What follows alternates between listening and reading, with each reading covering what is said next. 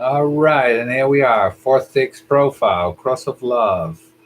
All 4-6s that are sphinx or vessels are good positions for them, given the benefits in the beginning of their life that they don't really mess up with their friends. In most cases, funny enough, the 4-6, that sixth line that has to go to the third line phase early in life, in tendency of parison over 4-6 is to be concerned about their relationships. In other words, it's actually something pulled out of the not self parent anyway.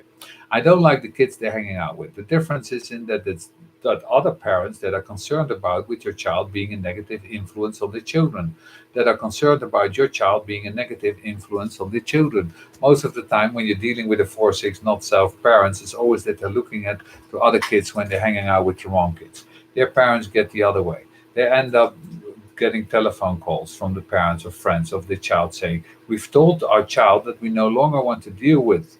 Do you know what your son smokes marijuana? Do you know that he has been turning on the kids? Do you know that he's been playing spin the bottle with my daughter?" So it's quite a different thing. And it's a good thing to warn parents of children who are 4-6s on this cross that their children have to be careful about who bring into their flow, who they attract, and to recognize that these children have parents. And as the parents of this magnetic force, you can get sued. Suing jokes are only funny if you're American. 70% of the world's lawyers are American. Isn't that interesting? They have 1/30th of the world's population and 70% of the lawyers. So on the roof, the 4-6 is one of the wealthiest positions. If you're correct as a 4-6 on this cross with your sun in the 15, and you manage to get on the roof reasonably healthy, you have enormous power to do well because of the magnetism. Anybody who has the 15th gate in the design has a magnetism that they can work with, a magnetism that can be very valuable to have. Whether you have the whole channel or not, whether the G is defined or not, you have the 15th gate.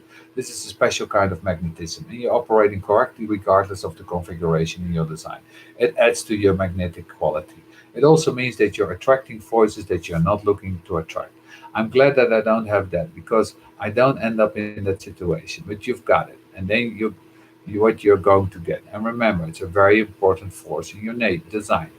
The juxtaposition of extremes. All juxtapositions, after all right angles and quadruples, all left angles are dualities, and all juxtapositions are singularities. Every juxtaposition cross, the 64 juxtaposition crosses are unique. There's only one of them. There's only one juxtaposition cross of extremes. There's only one across that's focused on variation. Now, this is a brilliant gift. That's it. You're a brilliant gift. All right? That's what you